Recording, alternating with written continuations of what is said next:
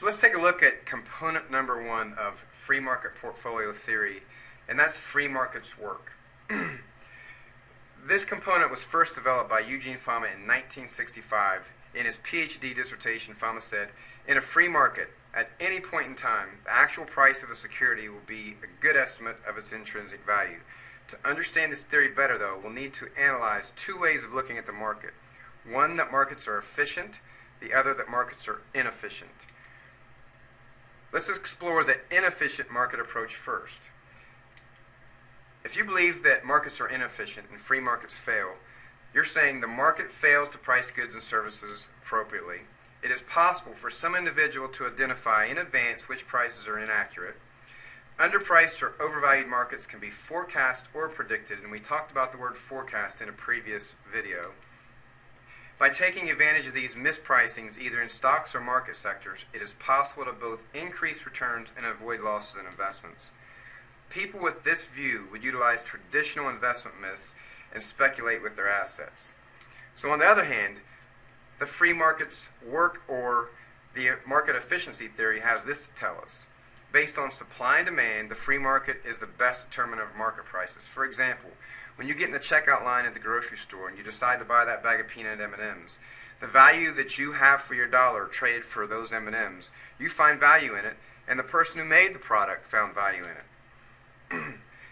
Free markets work, and the free market efficiency theory believes all available information is factored into the current price.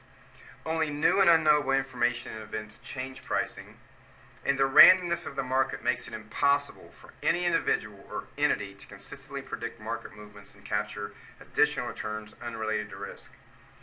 This view would appear to be consistent with the studies we saw earlier, dispelling those traditional investment myths. In fact, it explains why active managers aren't able to consistently and predictably beat the market, because efficient market hypothesis says nobody can. But there's people in both camps. Some think the market is efficient, and others think that it's inefficient. Most people, especially investors, have never really thought about it. It's tremendously important as an investor for you to define this belief structure for yourself. This was amazing to me 5 years ago when I discovered this, that I had never even thought about the free market theory or whether markets are efficient or inefficient.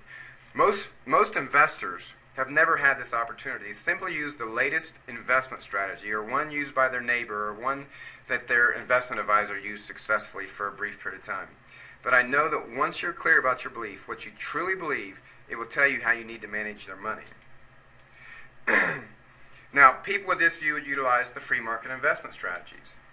But beliefs dictate action. So there's two completely different ways of looking at the world. In this age of grays, the decision is black and white. Attempting to believe a little bit of both, taking actions based on this murky belief, will without a doubt give you disappointing performance on your investments. You simply can't have it both ways. Because if you think that markets are inefficient, then you must continue trying to take advantage of those inefficiencies through stock selection, market timing, and track record investing. On the other hand, if you believe that markets work, then the appropriate action is to try to find something else, something that works better. So if you believe free markets work, you're going to focus on capturing market returns, utilize asset class or structured funds, diversify prudently, identify your risk tolerance, eliminate the traditional investment strategies, and work with a financial coach who shares your market belief. If you believe markets fail, then you're going to pursue traditional investment myths, stock picking, market timing, and looking at past performance of a manager. Stay connected to all the sources of financial information. Watch CNBC, read Money Magazine, and listen to a financial advisor who shares your belief. Read every article that you can find. That's what you're going to have to do if you believe markets fail. So now that we've seen the first component, that free markets work, let's move on to the second component of free market portfolio theory, and this is modern portfolio theory, in the next video.